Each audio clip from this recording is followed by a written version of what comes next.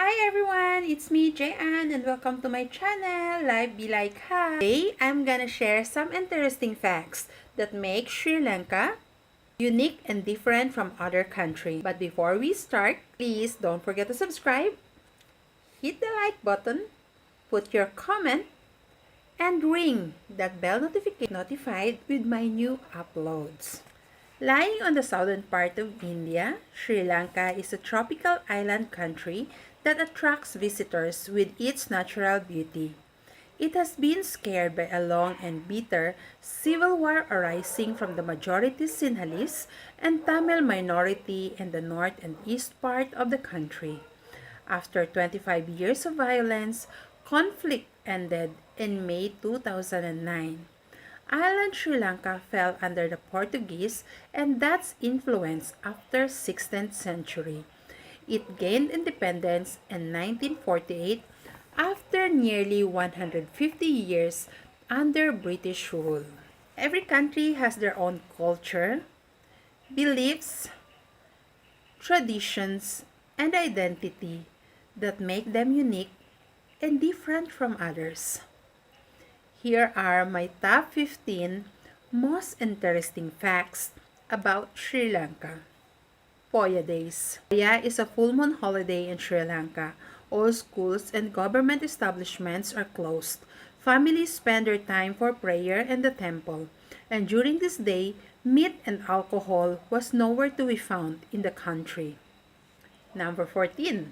Blue whales and elephants. World largest land mammal, which is elephant, and the world's largest water mammal, which is blue whale, can be found in Sri Lanka within the same day. In fact, Sri Lanka holds the title of the most successful whale watching tours in the world.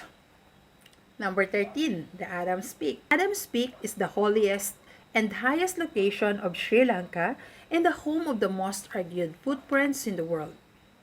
The peak pilgrimage season is April, and every Buddhist goal is to be on the top of the mountain at sunrise. Siripada, or the most argued footprints, is known to be the left foot of Buddha when Buddha visited Sri Lanka.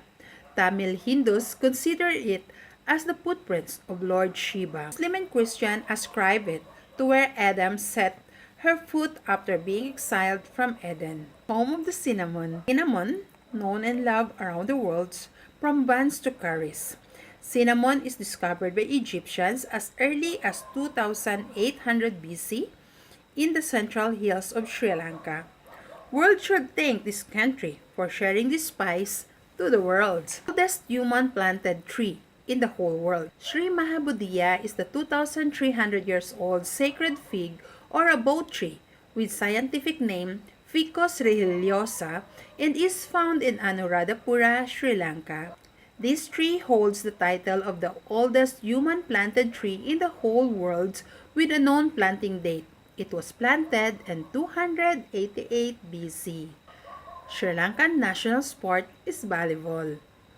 What makes this unique? It's because Sri Lanka is very known for a country with love to cricket. In fact, in 1990s, Sri Lanka rise from underdog to a winning status during the 1996 Cricket World Cup. Every event, streets, grounds, kids and adults play cricket, but their national sport is volleyball. Hotels without beds. This is my topic and this is one that most described it. Here in Sri Lanka, not all hotels have bed nor a place to sleep. Some hotels serves coffee, food, snacks, etc. Why? Oh well, no definite explanation. On my asking, all the answers that I get is, why not? It sounds cool. Cool indeed. So if you're planning to visit Sri Lanka and you need a place to stay, don't find for a hotel. Simply find a place where you can sleep. Be specific. That's the word. Ice cream truck for bread. I remember my first days in Sri Lanka. Waking up at 5:30 in the morning with what? Ice cream at this time? When familiar with the ice cream truck melody? Guys, don't get confused. Here in Sri Lanka, they're so-called chunpan or simply a tuk-tuk that sells bread, has that ice cream truck melody. So if it's summer and it's hot and you're craving for an ice cream, get from your mind the popular ice cream melody when you're in Sri Lanka. Expectation hurts. Make some coffee and grab some hot buns. They always shakes their head. You from a country who shakes heads if you want to say no, never, or to disagree, get ready when you're in Sri Lanka. Don't think that you're in Sri Lanka, all your question can only be answerable by no. People here shakes head for everything. People here in Sri Lanka shakes, nod, or waggle their head simply when they want to say yes, they want to agree, or they want to say okay. Being said, they always shakes their head because they always have a positive answer. World's first female Prime Minister. Madam Sirima Ratwati Diaz Bandarayanaki, or simply Sirimavo Bandarayanaki, was elected Prime Minister of Sri Lanka in 1960 and make Sri Lanka a country to have the first ever female Prime Minister in the world. She served for 3 terms and resigned because of her failing health. Died on the 10th of October, year 2000 at the age of 84. Lankan flag. The Sinha flag or lion flag is considered to be one among the oldest flags in the world. The only flag in the world that recognizes different religious groups.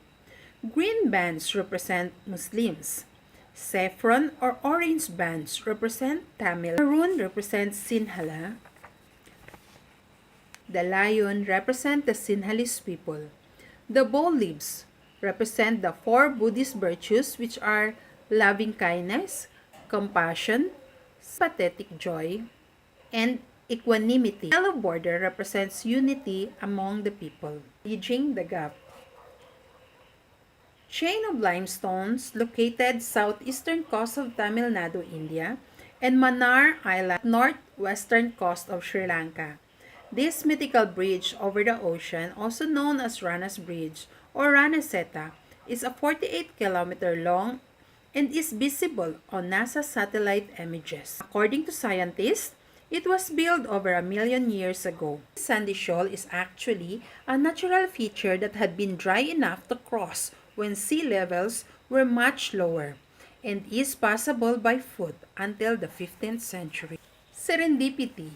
This British favorite word derived from the word Serendip, which is a Sri Lankan old name during the Arabs and Persians. This word was invented by a writer named Horace Walpole and is based on the Persians' fairy tale, The 3 Princes of Serendip. Sri Lankan unspoiled beaches, stunning landscape, made Sri Lanka the title as Land of Serendipity for good reason and gave serendipity to the English language highest literacy rate. Sri Lanka valued education a lot and paid it off as they hold the title of the country with the highest literacy rate in South Asia with 92% and is one of the highest in the whole world. Public schools offer free tuitions, books, bags, uniforms, and shoes. And last but not the least, 2 blood brothers run the country. Recently, Sri Lankan people voted and decided that appoints Mr. Gotabaya Rajapaksa as the 7th president of the country. The new appointed president is the younger brother of former President Mahinda Rajapaksa.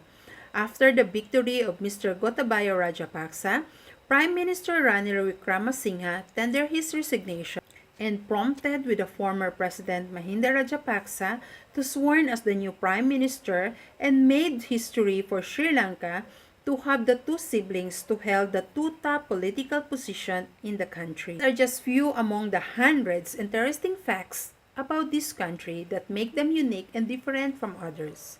If you have more to share and any corrections on the info that I have given, please feel free to put your comment and suggestion below.